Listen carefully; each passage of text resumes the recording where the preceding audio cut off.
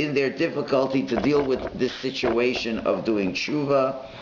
They deny the entire concept of schar v'onesh, of reward and punishment. Instead of doing the things that should correct the situation and dealing with the situation, they just ignore the situation. Rabbi Yossi Michalowicz, and our rabbis of blessed memory, said in Maseches Brachos, Im ra'isa talmid chacham, if you see a scholar, a Torah scholar, she'ovra avera balayla, who did a sin at night, he did an actual sin. Al tahar achrav b'yom, you should not think badly about him the next day already. Ki, and then there's different versions over here. Ki vadai osa tshuva, because he certainly did tshuva. So that's a very interesting statement. You see a rabbi doing avera at night, and you see him the next morning, you have to assume that everything's fine, that he's done tshuva. So why?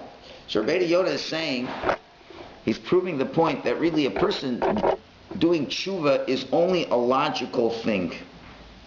A person to return to Hashem, if a person has the knowledge of what he has done, it becomes a logical process. It's not merely a religious inspiration, and then I'll get around to it when I can.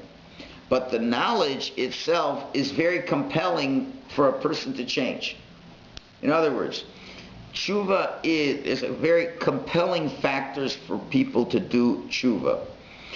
If it isn't, if you don't feel it's so compelling, if you don't feel I have to do tshuva, a good, frum Jew should always feel, if they've done something wrong, I have to do tshuva. Just like many other things in life you have to do. Right? You have to eat or you'll die. I don't think we need a lot of persuasion to eat. Right? Don't need a lot of persuasion to eat. So a smart person doesn't need a lot of persuasion to do tshuva. Because you only realize that it's only logical that you should be doing tshuva. Rabbi Yonah explained already how important it is. And I'll give more reasons as we learn today. But if it isn't compelling, you don't feel the urgency to do tshuva. It's either, as he said, you lack the knowledge of what you've done, or you've chosen either consciously or subconsciously to deny that anything will ever happen to you, or that there is any detriment involved in the negative action that you did. That's the only reasons why you wouldn't feel compelled to do it. How about ignorance? That's what he said. You lack the knowledge of what you've done. That's ignorance. Not of what you've done or what's going to happen to you. That's the next thing. Like I said, you've chosen to deny that anything's going to happen to you. That's exactly what he's saying. Not denying, just not knowing. It's not knowing. So that's the lack of knowledge. That's the lack of knowledge. You don't know about it, or you're not aware. That's what it's all about. That covers more than 80% of the Jews in this. Okay. Again, we're not talking about them because they're not learning Rabbeinu Yonah. So this book is for the. This book is for you. It's for you and me and everybody else in the room and everyone else listening in the kosher tube world, right? That's who it's for. So let's not worry about all the other people right now. It's obvious why they're not doing it. They're not even in the ball game. They're not even living as Jews. So there's nothing to talk about. They don't even know what the word tshuva means. We're talking about Orthodox Jews who know that there's a concept called tshuva. And they still don't think it's important. They still think they still have to whatever. They don't have to come to Shul. They don't have to say slichus. They don't have to change. You don't have to make any changes in your life. And they do things that are wrong, and they don't feel that it's a big deal. Why not? It's so illogical for a person not to do tshuva. These are Orthodox people, right? Yes, there are many Orthodox people in name, but not in reality. Okay? That's the way it is. That's the way it is. And that's the problem. It's Rabbi Yonah's addressing. Right? Many Orthodox Jews burnt the Rambam Svarim and didn't regret it. Okay? So that's the issue. So when Rabbeinu Yonah talks about people who deny the punishment for sin, we don't have to be talking about a sophisticated heretic who doesn't believe in schar v'onesh purposely. It doesn't have to be that. There's different levels of this. There's a level like this. The person says, Hashem punishes, but not me. Or if he'll say, Hashem punishes, but he'll look away from me from this particular situation because he knows what kind of stress I'm under, so I don't have to worry. As a matter of fact, the whole idea that people use the word punish, b'chlal, is a bad word. Really, you should be saying, it's the idea of God responding in a way that is most positive for the person's development. That's the expression we should use instead of punishment. And they don't think that Hashem's going to do it. They say He understands. He's going to give me lots of time. And they just keep pushing it off, and they just don't want to deal with it.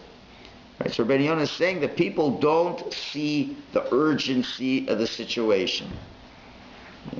What should a person do who doesn't sense the urgency? We could ask. So the answer is a person should do a little bit of research into the Avera that he's done. Or do a little research into the mitzvah you haven't done. You should look into, why did the Torah tell me to do this? Why did the Torah tell me not to do this? What will be the effects of me doing what I'm supposed to do and not doing what I'm not supposed to, or vice versa? In other words, become more knowledgeable as to what you've done or to what you haven't done, and to learn what are the implications of this. There are certain averas that carry a punishment of kares. Kares is a very serious thing. It is not something to be treated lightly. And if you realize that what you're doing is kares, if you realize that there's certain categories of people who cannot be makabel the pnei shechina, who will not be getting any closeness to God in the next world. And there's many people who do averas that are common day occurrences in which that is so. The group of flatterers, the group of liars, the group of balei lashon hara. There ain't going to be a very good olam haba for you. So then maybe you just don't really understand what olam haba is. You got to learn a little bit what olam haba really means.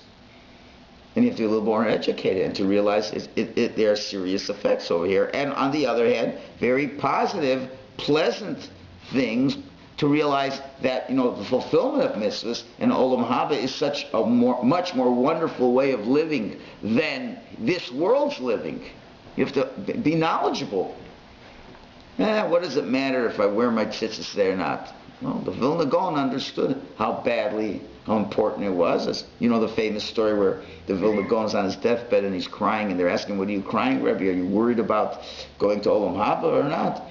So he pointed to his tzitzis and says, "Look how easy it is to do mitzvahs in this world. Just put on tzitzis. You can get immeasurable reward for putting on tzitzis. And when you leave this world, you can't do anything more to improve your situation in life." So if a person realized, what every mitzvah brings and what it can do, so if you think about that, then of course I have to start doing it. Right? So that's what Rabbi Yonah is saying. We're not. So obviously the simple solutions become more knowledgeable. But tshuva has to be based on something. In other words, and this is what is commonly seen, the fact that a person just gets very emotional before Rosh Hashanah because he wants another good year. A lot of people, get a little bit nervous. It's coming to Rosh Hashanah. They get a little nervous. And somehow a few more people come to Shacharis. A few more people come to Shul on Shabbos. But that alone, you get a little emotional before Rosh Hashanah because you want to have a good year. You start remembering some of your friends who died last year. And you don't want to be amongst those who died. Some of your friends who had a very bad financial year, and you don't want to be amongst those people. So you get a little, warm and fuzzy. So I got to be better. This is meaningless in the process of tshuva. It's really meaningless. Because you get warm and fuzzy the day before Rosh Hashanah, and everything's back to what it was the day after Rosh Hashanah. In the process of tshuva, the tshuva has to evolve from a knowledge of what has really happened. What has really happened. It has to be based on something very solid in terms of what I've done, what I haven't done, what I haven't accomplished, what I should have accomplished, and there is a crisis. You are under a real crisis if you don't realize the crisis. And if a person doesn't know he has cancer, he isn't any healthier because he doesn't know it. Right? You know, it was interesting. I happened to go to a Shiva house yesterday morning. Not known in the community. Someone has an indirect relationship with a lot of people in the community, and so I was debating, should I go, should I not go? It's like, you know, I have to gauge my time. You know, if it's a member, then it makes it easier to decide because it's, you know, it's part of the family, as it were. But then when it's beyond, then you have. So my Yetzer Hara was battling me. I was supposed to go on Wednesday. I didn't have time on Wednesday. Then Thursday, I said, I'm going to go. There's probably going to be 1 million people there. I'm going to probably be in the corner. And it's, you know, you have those awkward runs. So then, as it turns out, I said, I'm going to go. So I go, and there's really only a few people there. And it seems that there was a rabbi, a Hasidic rabbi that flew in special, you know, like one of these, came in on a plane for an hour and a half and to fly back. So he starts talking. I'm sitting there, and he's giving them a whole lecture. So I figured I might as well listen to the lecture. Probably it's meant for me to hear the lecture. So it's interesting that this particular shiva, where the father has been quite sick for many years, and then about a month ago, the mother developed a very rare type of infection or chves, I don't know exactly, and she went into a coma very quickly, and she died 18 days later. And the mother was very strong, very well loved. She was like the rock of the family. And she just, like, it wasn't like, you know, like getting cancer or this and that. It was like so unusual. Like it was like one for the medical books, how rare this kind of case is. So one sibling is frum and one sibling is you know what we call traditional, and so the traditional one is struggling with this. So this rabbi who came is like a specialist in grief counseling. So the points he was saying is like he was raising all kinds of very uncomfortable issues purposely. He says, I'm bedafka mean guy, he says, because you need this. And what does he meant to say is, I have to create a lot of questions for you. You know, it's not like, okay, you know, everything was meant to be and life goes on, but rather he created a number of difficult questions that demand answers. But what the main point he was trying to get to is, so now that you see that there's so many difficulties, you know, like, are you angry at God? You know, you should be angry at God. Why aren't you angry at God? Like, all these things. And he says, but the bottom line after he says why is what's happened out of this? You've had a lot of questions. So when you come to all these questions, ultimately what's got to happen at the end of the day is some change. And if some change doesn't happen, then the whole experience has been a waste.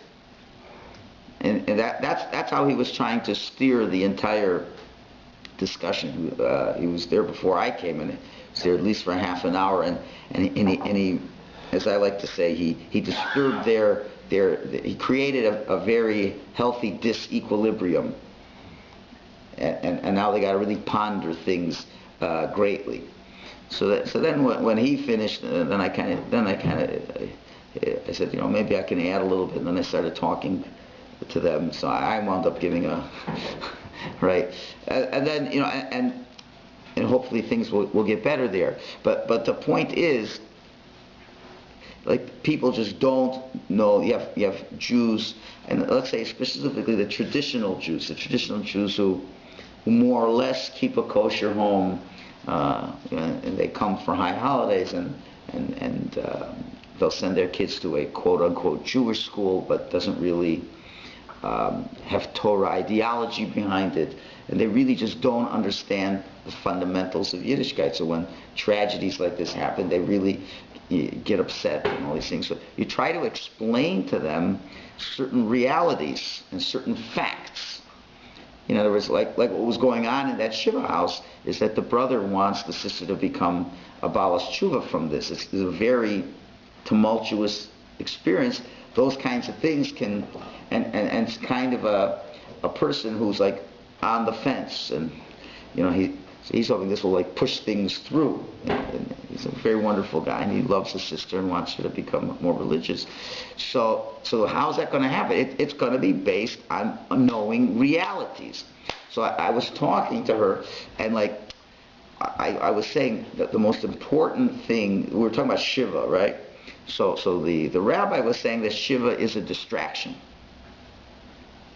He says people come and they distract. He said because it's not a healthy time to seriously think about these existential issues.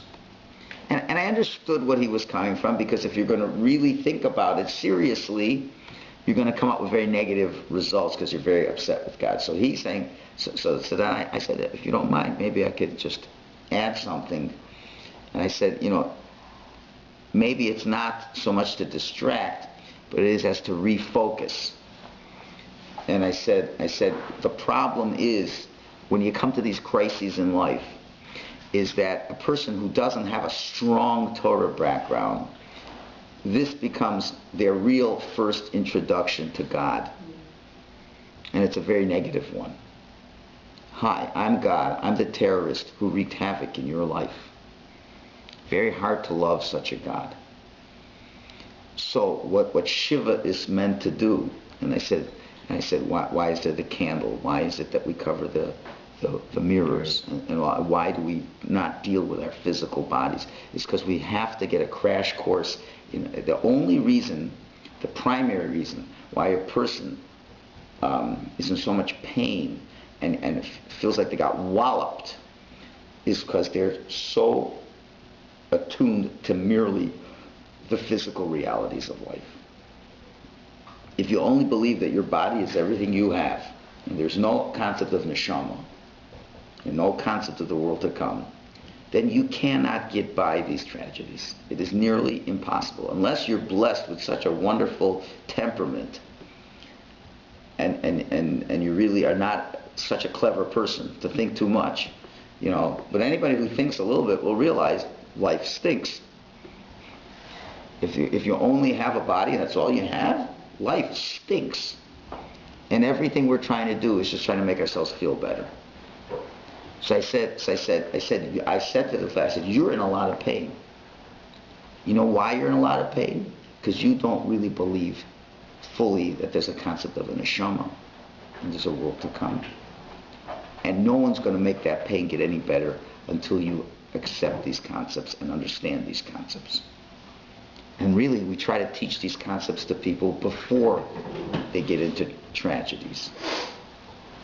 I started talking about, because it's like a lot. It's kind of similar to what my wife went through 14 years ago when she had both parents were sick at the same time in the hospital, and it was under very unusual circumstances, and she was sitting Shiva for one parent while having to go to the hospital for the other parent. And once I said it, so all the ladies, they were going, ooh, like they felt, how could anybody live through that? So I said, the only reason she lived from it is because she got a good education, and she understood what reality was. She was in pain, and she suffered, and she cried, and this, but she kept herself together, and she knew what she had to do, and she understood. It's not just a concept of acceptance. It's a concept of understanding there's a different wavelength of reality that we live on. And if you don't have it, then I feel very sorry for you, I said, no one is going to make you feel better.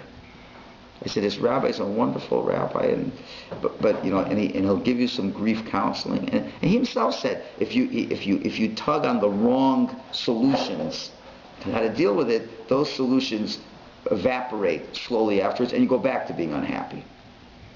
I mean, me and him had the same agenda, but we're coming from different places, and they're probably both correct. So I was saying that until you really. So then she says, so she's saying, it's like, yeah, I know I've been taught that there's a neshama, but can you really know there's a neshama? Can you really know there's a neshama? Can you really know? So I said, well, of course you have to have a neshama. It's so obvious you have a neshama. She said, but how do you really know? So I'm not going to get into all the deeper things of, but I just, it's like Hashem has to give you the right words. Hashem has to give you the right words. Hashem has to, it's all the way Hashem. So I said, listen, look, you have feelings, you have emotions. Where do they come from? Does an animal have feelings and emotions? So she said, no, no feelings and emotions. I says, so how are you different than the animal?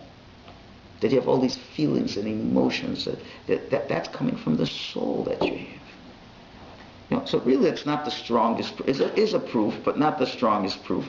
But for some reason with her, it like clicked like that. Just like that.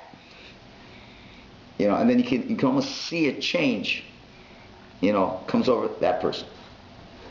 So you need the right way to educate a person. I'm not so that hopefully this person will understand it. But it's to the degree that things have to be based on fact, right?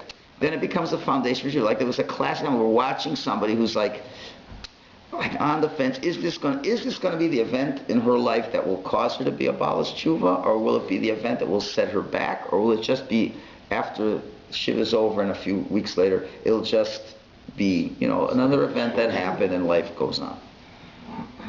So it really is only going to change if people internalize facts, and that's what we're saying Tshuva is based on. So it's not just an emotional state alone. It has to be based on facts, and that's what Rabbi Yonah say. And therefore, if a tzaddik doesn't, a Talmud Chacham does an avera, he will do Tshuva. Because he knows. Again, there's nothing wrong, with doing an Avera per se, as long as you catch yourself later and you realize it's wrong, and then you do Tshuva. Then that's fine, and then you understand what it's based on. Okay, let's continue with Dalet. He continues on this thing. Hisponein beros hamisachar min Tshuva. We have to understand the evils of the delaying of Tshuva. Ki rabahi, there's many evils in it.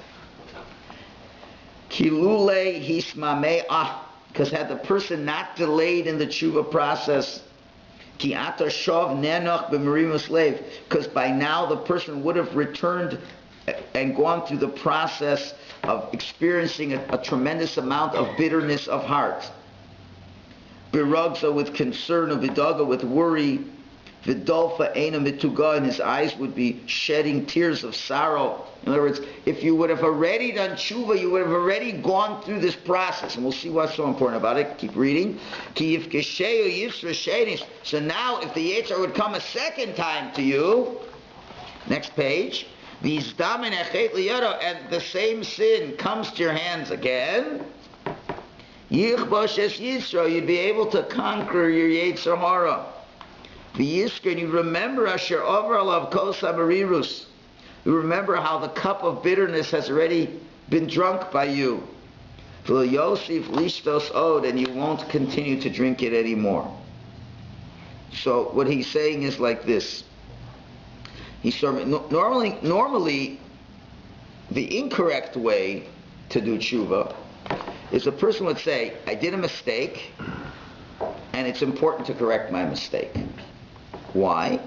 So you'll say, listen, if you understand what mistake you made, you can correct the mistake. So when the thing is going to come again, you remind yourself that you already goofed in this before, and you've already made a commitment not to do it again, and now you won't do it again. That's what the conventional method of people thinking. I made a mistake and I got to change the mistake, so if it comes again, I won't do it again. And I promised I wasn't going to do it again. And since I promised I'm not going to do it again, I'm not going to do it again. That is not what Rabbi Yonah is saying over here. He goes much deeper. He's saying like this: if the scenario would begin and end just the way I described it, tshuva will not work. And that's much of what people's... If you think about it, the typical Jew who goes to Shul, and on Rosh Hashanah he begins to think about things. He wants to change things. So what's going through? Let's go through what's going through the mind of the person who's doing tshuva on Rosh Hashanah, on Yom Kippur, like cold turkey on Yom Kippur. So what are you saying to yourself? All right, I did some bad things. I really should stop it. It really is not nice. And please God, I'll be different. That all that effort and a couple bucks will get you right on the subway. But that's absolutely, it's nice, it's touching, but it's nearly useless. Because what's going to stop the person doing the Avera when it comes again? What's going to stop him? Yeah, the Avera is going to, most Averas we do, we're kind of used to doing them. Right? Pick out certain Averas we've been doing. Right? Whatever it is. Really we're addicted to them. Right? Whatever the Avera is, you're addicted to it. So now just because you shed a couple tears on Yom Kippur, because, okay, you're going to get punished for it. Okay, so I better stop. And that's it. And when you said it, you really meant it. You really meant it. I don't think people don't mean it. It's really terrible. I really have to change. I promise I'm not going to do it again. And then right after Yom Kippur, you do the exact same thing 10 times worse. Because why? What's stopping you from doing Shul? What's stopping you from doing the Avera again? Because you blubbered a bit on Yom Kippur? So what happened in you? What change happened in you? Nothing. Right? So what will help? So Rabbi Yonah is saying, when you make your mistake and you really take yourself to task, and you're really disappointed in what you do, and you have real sadness and real bitterness, but it's not that. Now, the whole Teshuva process, as we'll get to the 20 steps, is very painful. It's self-inflicted analysis that's extremely painful. It's gut-wrenching, but it's helpful. And when the person goes through this whole process, then comes the opportunity of Avera. The person for a minute is going to stop and say, you know what it took me to get out of this mess the last time? You think I'm going to be stupid enough to do it again? In other words, if you've invested a lot in trying to make change, and you really put a lot into it, and you feel a bit different, a little bit better, and now the position comes again, the situation comes again. You're going to say, do I want to do this affair? And I'm going to have to go through this whole tshuva process again, and all the feelings that were going through me as I went through this process. Do I really want to ultimately end up in the same place that I'm going to have to go through this whole process again? Now, this will very strongly work on the psychology of the person.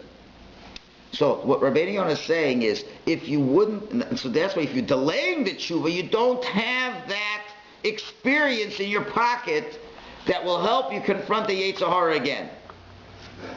So if you wouldn't have postponed the tshuva, you'll be able to say to yourself when it comes again, because you didn't postpone the tshuva, you'd say to yourself, are you crazy?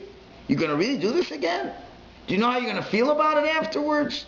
Do you know what you've gone through to make these changes? So this can be preventative for not doing it again. It's very powerful if you've really done the real tshuva that he's talking about. So in conclusion, number one, a person has an obligation to respond as quickly as possible because you're in a state of turmoil, which we talked about yesterday, and you've got to correct your mistake. And number two, were it not for the postponement, you would have had the additional strength not to do it a second time. So these are 2 points.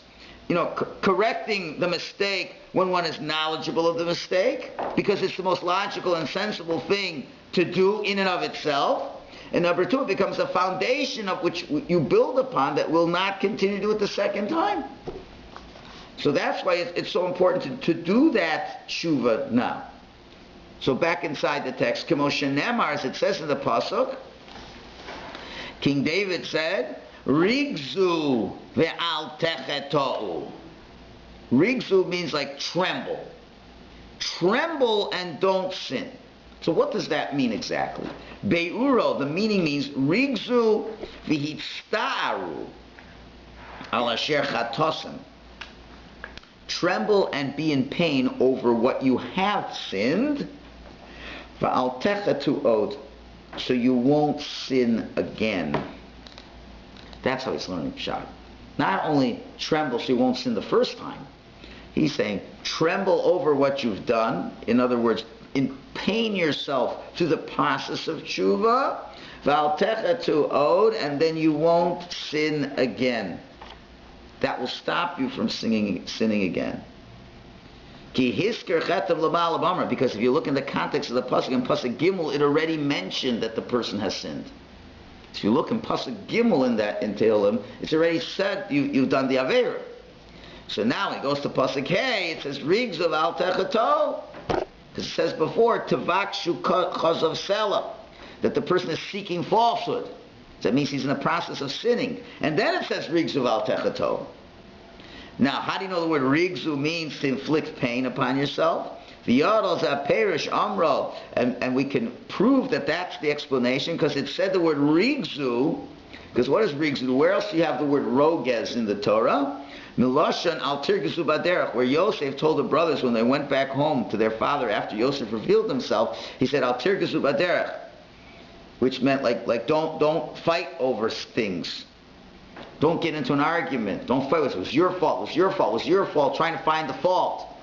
And that would have been a very painful experience. The brothers would start blaming each other. It's your fault we sold them. It's your fault. Don't go through the process of rogez. Or v'sachtai ergoz. I shuddered in my place. And the whole concept is v'nyonam atzar al adover shover al hova. It's pain over what happened and what's happening now. V'lomer, the pasuk didn't say yiru v'al techato. It didn't say look and don't sin, or guru, or be scared and don't sin. It says rigzu, that you should inflict pain, go through a painful process of self-evaluation, and that will make it that it will be v'al techato, and the person won't sin. So that's another reason he gives. He continues and says, "V'kasher ya'achar lo shuv." So if a person delays doing the tshuva, let's look at the other side now. So b'vo hachet liyado, when the opportunity to sin comes again, yipol b'moksho kinfol batchila, he'll fall in its trap like he fell in it the first time. He's going to just do this very same thing. V'yigdal avonu hakron mod, and the second sin is going to be much bigger than the first sin. And the evil of the second sin will ascend before Hashem much more than the first one. Why? Because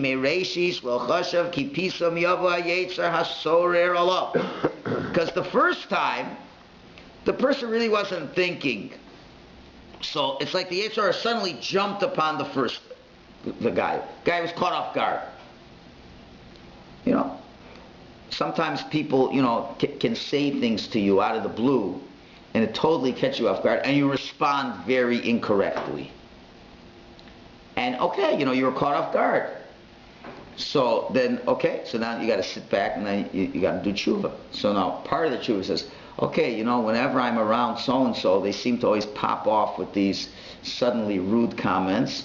So I have to now build into myself an understanding that whenever I meet so-and-so, I have to brace myself that I should expect to hear such comments, and therefore I should know that I should not respond immediately to those kinds of comments. That would be a person who is doing tshuva, right? If a person instead just yells back and responds incorrectly and doesn't think twice about it, so then the next time the person comes, and next time the person says, or another person says, you're going to make the same mistake. So now, how is it different? So the first time, it really did catch you off guard. So it catch you off guard, mela. But after you now understand the weakness of your strength, you have very little self-control. And you saw the Yetzer was able to overpower you, and that the Yetzer is stronger than you. So now you realize, you say, Yetzer is pretty clever. How did the Yetzer get me to speak for an hour on Lashon Hara on the phone? After I just got off the phone. What was I doing for the last hour? the HR pull me to that website? I just don't know what happened. I said, well, I was on a Torah site. And then something just popped up, and next thing I know, very far away from Torah. But the Kamamish, this change can happen in 3 seconds. This thing just popped up, and you tried to get rid of it, and instead you got into it, and then you got into it. Or your spouse yells and you get in a fight with your spouse, so you stomp off into your private den, and then you to calm your nerves, you surf the internet, and you surf into very other wrong places that make you feel that you have value. How did I fall into that one? So if you don't analyze that, so then you're going to do it again and again and again. But once you realize that you're weak, so now he says, Hoyolav liros kifaruahu. You should realize you're exposed in this area. That's your Achilles heel. Don't you see how vulnerable you are there? And therefore, veloshis eitzos benafsha lahosi bayiras Hashem lahapol pachtolav. You should responsibly now seek out ways, methods to increase your yiras Hashem, and to bring a certain amount of fear upon you to not do this avera. Ulahatzila mima'arev yitzro, to save yourself from the ambushes of your Yetzer Hara. Ulishtamer ma'avono, and to guard yourself from sinning again. So what's Rabbi Yonah saying? He's saying that Hashem doesn't hold a person so responsible for what hits you all of a sudden, that you weren't aware you had that weakness to begin with. But when you become clearly knowledgeable about that weakness, you have an obligation to try to create a situation which, if it happens the next time, you'll be ready for it and you won't make that mistake. You're going to come to Hashem on Yom Kippur and say, Hashem, this Avera did, I'm really sorry, it just came out of nowhere. Hashem says, okay. But then Hashem says, wait a minute, but you did it another 8 times. So the first time I could let it go, but what about the other 8 times? And that I believe, based on this, Rabbi Yonah explains one of the theories I have in Tanakh, which so far, as what I've seen, I think is true, is you never find Hashem, in baseball it's 3 strikes you're out in baseball. In Torah it's 2 strikes you're out.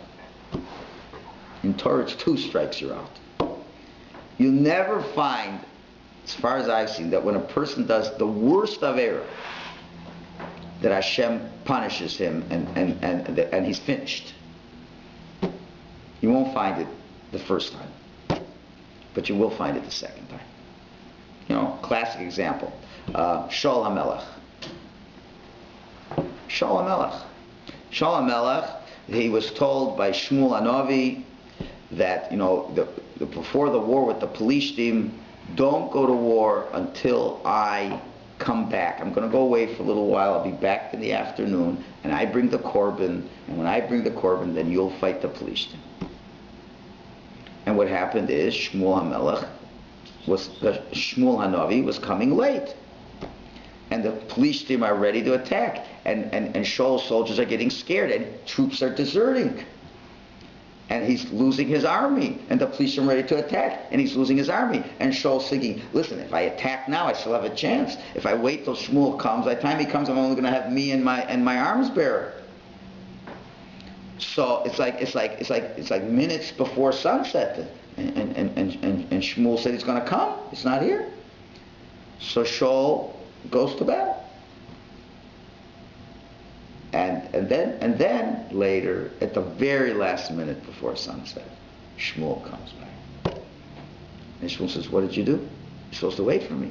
He says, yeah, but you were so late, and this and that.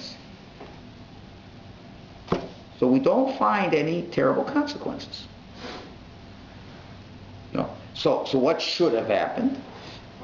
And again, God forbid, we don't want to talk negatively of Shaul HaMelech. He was an unbelievable tzaddik, but based on his level. So what Shaul should realize, when things get very scary, and when there's public pressure public pressure versus the words of the Navi, guess what, Shul? You're not really good in resisting the public pressure. So now, had he sat down and really thought about that and worked that through, then the next scenario he would have dealt with better. We know the war with Amalek, he was told, kill every Amaleki, everyone, the animals and everything. So he goes to battle, he kills everybody, he spares the king, he spares some of the sheep. And he thinks, here's the point, he comes to Shmuel and says, oh Shmuel, I'm so happy to see you. Look how I have kept the word of God. And Shmuel says, Umeh, and what's the sound of the sheep that I hear? He says, oh, the people were pressuring me to do this and do that, and they wanted to make a korban, and they pressured me to kill the king, this and that, and then Shmuel lets him have it, and says, your kingdom is finished. Why? Because it was the second time. Because now, you knew you were a weakling in this area. Why weren't you working on it? Out you go. And you find this Keseder in Tanakh. Keseder. With Ruvain, he makes 2 mistakes. Then he loses being the Bechor. You go throughout the Torah, you'll find it's not 1 mistake, it's 2 mistakes. With Adam Rishon, with Cain. Cain made the first mistake. He brought a lousy korban to Hashem. Okay? Hashem talks to him and says, listen, you don't have to worry, don't get so depressed. You know, if you realize how to deal with your Yitzhar, everything will be fine. Yeah. And really, it's a big chus. Can you imagine? You go to Hashem and say, you know, Hashem, I really think, you know, you cursed the earth, and now you gave him such a terrible ground, and I had to work hard, and here's my gift. You get the bupkis. Chutzpah. So Hashem says, sorry, just, you know, realize, you know, the Yitzhar is there. You got to not let, you know, the fact that I didn't accept your korban, don't get so angry about it, you know, and if you do tshuva, fine. But then he kills his brother, boom, that's it. It's number 2. While you'll find many cases where the person did 1 Aveira, Yosef HaTzadik did 1 Aveira, Yehuda did 1 Aveira, but they didn't do the second Aveira.